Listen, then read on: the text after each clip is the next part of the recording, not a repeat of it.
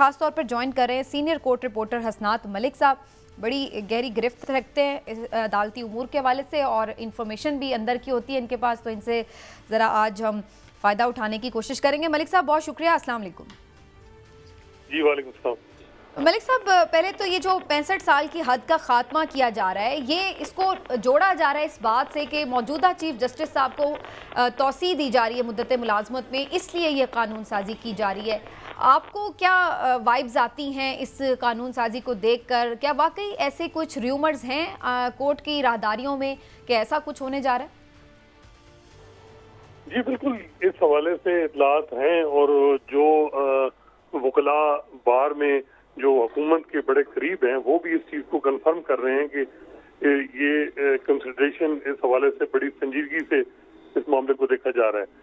लेकिन अब इसमें देखना है कि मुख्तलिफ किस्म की प्रपोजल हैं। एक ये प्रपोजल है कि सुप्रीम कोर्ट के सारे जजेस की रिटायरमेंट एज 68 साल कर दी जाए।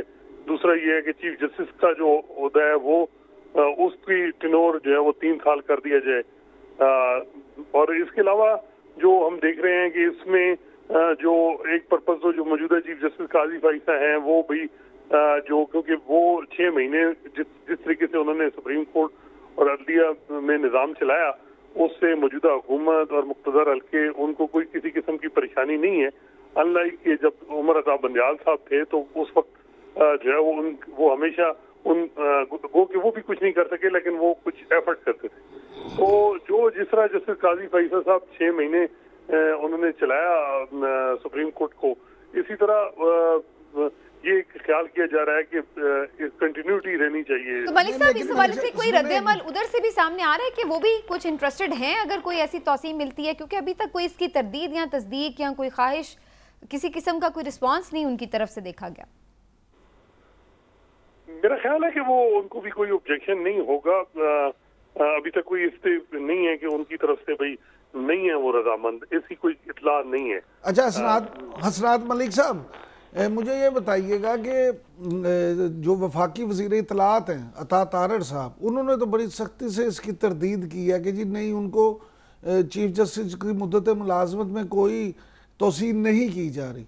और दूसरी बात ये कि जो लोग ये कह रहे हैं कि ऐसा किया जा रहा है, उनका ये भी मानना है कि शायद ये उम्र की हद में इजाफा जस्टिस उमर अताब बंदियाल साहब की तरफ झुकाव रखने वाले या उनके जो ग्रुप के जज साहिबान थे उनको चीफ जस्टिस की कुर्सी से तक पहुंचने से रोकने के लिए किया जा रहा है। तो ये जरा दोनों चीजें आप बताएंगे।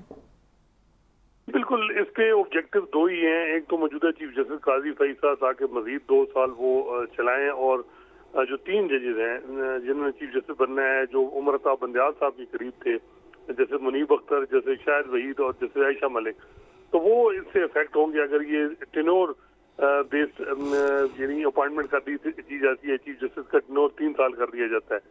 तो ये 2 ऑब्जेक्टिव हैं। लेकिन बगैर ये भी लग रहा है कि हुकूमत में भी 2 आरा पाई जा रही हैं। एक तबका जो है वो हुकूमत में और भी वो इस मामले को देख रहा है कि क्या हमें चीफ जस्टिस को इतना लंबा टेन्योर देना भी चाहिए या नहीं।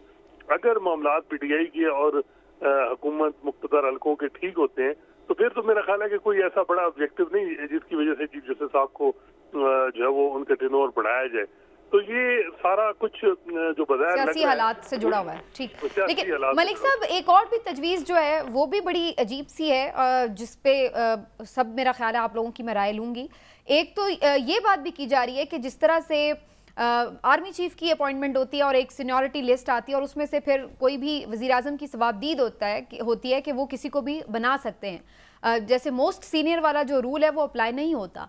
तो यहाँ पर भी ऐसी कोई तजवीज़ सामने आई है कि जहाँ पर कोई भी 3 जो मोस्ट सीनियर जजेस हैं उनमें से किसी को भी पिक एंड चूज़ की बुनियाद पर वज़ीर आज़म बना दिया करें ये चीफ जस्टिस ऑफ पाकिस्तान। ये तजवीज़ भी इसमें शामिल है जो बिल मुजवज़ा जिसकी बात हो रही? नहीं, मेरा नहीं ख्याल इस हवाले से हो। हाई कोर्ट के हवाले से है कि हाई कोर्ट के चीफ जस्टिस बनाने के लिए ये है कि जी जुडिशियल कमीशन सीनियर मोस्ट 5 जजेस जो हैं उनको कंसिडर करे और उसमें देखे कि कौन जो वो चीफ जस्टिस के लिए जो वो जिन्हें फिट है।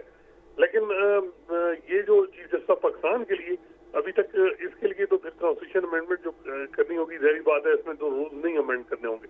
तो कॉन्स्टिट्यूशन अमेंडमेंट का तो फिलहाल यही बताया जा रहा है कि टेन्योर 3 इंसार कर दिया जाएगा। लेकिन ये भी जो है मामला कि एक हुकूमत में तकसीम है, 2 आरा हैं, तो अब देखते हैं कि क्या होता है।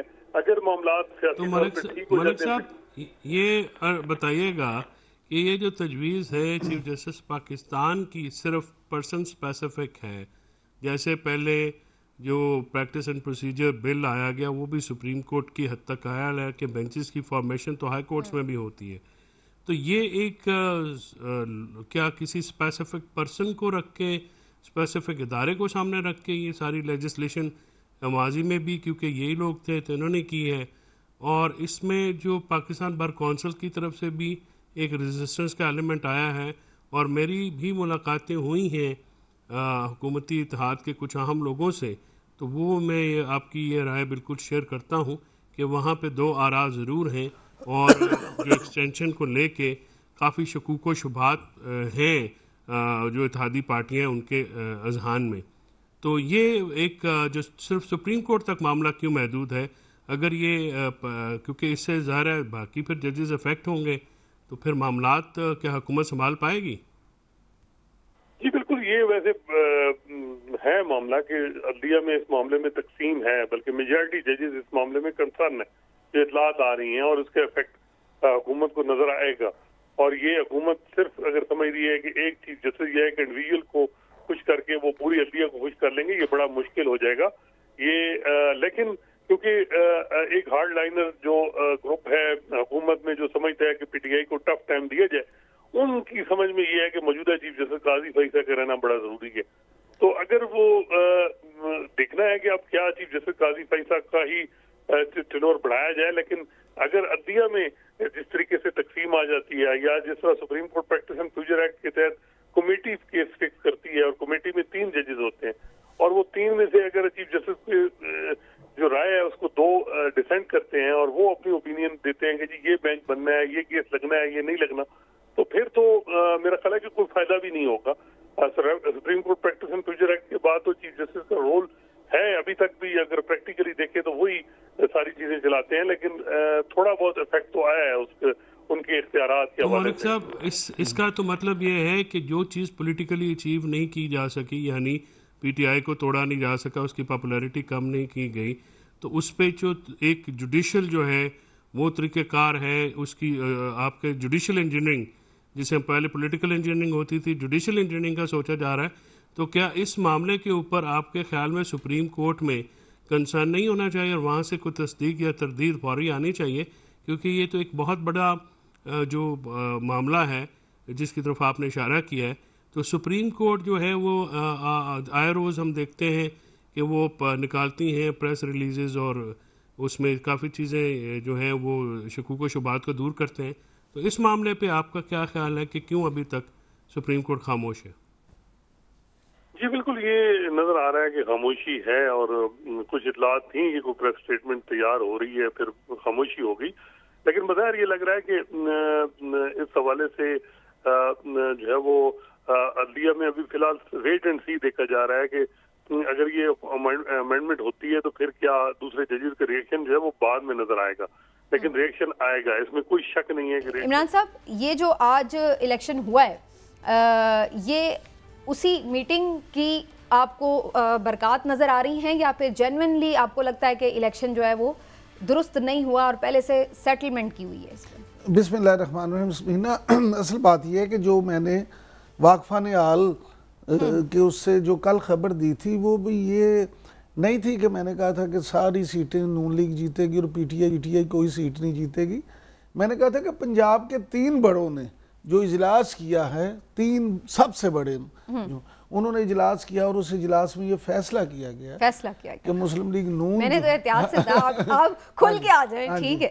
तो ये मैंने कल गुजारिश की थी, और आज देख लें। देखिए आज का जो इलेक्शन है ना, इस पे 2-3 चीज़ें हैं जो मेरे ख्याल में ज़रूर डिस्कस होनी चाहिए। पहली बात तो ये कि ज़िमनी इलेक्शन जो होता है वो आम तौर पे जहाँ पे जो भी हुकूमत, हमने 75 साल से पाकिस्तान में जितने भी हुए, जो इलेक्शन हमने देखे या जिन इलेक्शन के बारे में पढ़ा, उनमें यही होता है कि हुकूमत जो होती है वहाँ पे वो ज़िमनी इलेक्शन में उसे एक एज हासिल होता है, क्योंकि मशीनरी सारी इंतज़ामिया पुलिस उसके साथ होती है, और फिर बहुत सारे जो बासर लोग हैं या इलेक्टेबल्स और इस तरह के ग्रुप्स वो भी हुकूमत के साथ जाने को तरजीह देते हैं। दूसरी बात ये कि आज का जो इलेक्शन है उसको आप इस तनाजुर में भी ज़रूर देखें कि 8 फरवरी को जो इलेक्शन हुआ था उससे ज़्यादा कंट्रोवर्शियल इलेक्शन अभी तक पाकिस्तान की हिस्ट्री में कोई नहीं हुए। तो आज मैं समझता हूँ कि इलेक्शन जो हैं वो शायद आज वाले इलेक्शन भी उस तरह से कंट्रोवर्शियल नहीं है जितने कि 8 फरवरी के इलेक्शन थे। इसमें आज जो अगर हम ख़ास तौर पे मुस्लिम लीग नून पंजाब की बात करें तो मुस्लिम लीग नून और पीटीआई का अगर देखें तो आपको ये भी ज़रूर आज डिस्कस करना पड़ेगा या नज़र आएगा कि पंजाब की हद तक आज पीटीआई का वोटर जो है वो उस तरह से जोश के साथ निकला भी नहीं। 2-3 वजूहात हैं। एक ये भी वजह हो सकती है कि उन्होंने कहा कि हमने वोट डाल दिया था तो कौन सा हमारा कैंडिडेट जीत गया था। दूसरा उन्होंने कहा कि ये ना हो कि वहाँ जाके हमारे साथ कुछ ज्यादती हो, यानी सिस्टम उन्हें मायूस करने में कामयाब हो गया। मैं वही कह रहा हूँ कि एक ये भी पहलू आपको ज़रूर इस पे गौर करना होगा। तीसरी बात ये कि अगर आप देखें तो अलमिया आज के इलेक्शन का जो मेरे नज़दीक अलमिया वो ये है कि बलूचिस्तान में इस वक्त अगर देखें तो हुक्मरान इत्तेहाद जो है उसके कैंडिडेट जीत रहे हैं और अपोजिशन जो है उन पे धांधली का इल्ज़ाम लगा रही। पंजाब में मुस्लिम लीग नून के उम्मीदवार जीत रहे हैं और अपोजिशन उन पे धांधली का इल्ज़ाम लगा रही है। सिंध में पीपल्स पार्टी के उम्मीदवार जीत रहे हैं और बाकी अपोजिशन उन पे धांधली के इल्ज़ाम लगा रही है। केपी में पीटीआई के या सुन्नी इत्तेहाद के उम्मीदवार जीत रहे हैं और वहाँ पे अपोजिशन उन पे एक ही हल्के में शायद कोई जीत उन पे इल्ज़ाम लगा रहा है। अच्छा, फिर तीसरी बात पीटीआई की अगर मैं बात करूँ, मिसाल के तौर पे बाजोर है, पीटीआई ने जो टिकट भी इस दफ़ा दिए, फैसल चौधरी साहब तो खैर पिछले इलेक्शन में भी ये चीखते रहे कि अल्लाह का वास्ता जो सही बंदे टिकट दे दो, लेकिन इस दफ़ा भी बस बाजोर की एक बड़ी क्लासिकल एग्जाम्पल है हाँ, जिसको नहीं दिया वो जीत रहा है। रेहान ज़ेब की जो मुबारक ज़ेब। हाँ जी, अब मजे की बात ये गुलज़फ़र खान को यहाँ से हाँ जी। अच्छा, मजे की बात ये कि इमरान खान साहब के जो सबसे करीबी साथी थे बाजोर में और वहाँ पे आपको अफजल खान साहब, आपको याद होगा कि वो भी जिन पे इमरान खान साहब ना सिर्फ बहुत भरोसा करते थे बल्कि उनके साथ कई दफा उन्होंने प्रेस कॉन्फ्रेंसेस की, वो भी मुबारक ज़ेब को सपोर्ट कर रहे हैं। यानी वहाँ जो पीटीआई का कारकुन था वो आपस में एक डिवाइडेड था, ठीक हो गया। तो टिकट की तकसीम सही का भी जो मामला है उसका भी एक फर्क पड़ा है। लेकिन ओवरऑल ये आप समझ लें कि end of the day Muslim League Noon जो है वो पंजाब में, पीपल्स पार्टी सिंध में और इसी तरह से बलूचिस्तान में अपोजिशन इत्तेहाद, ये सारे अपनी सीटें जीतने में सब कामयाब हो गए।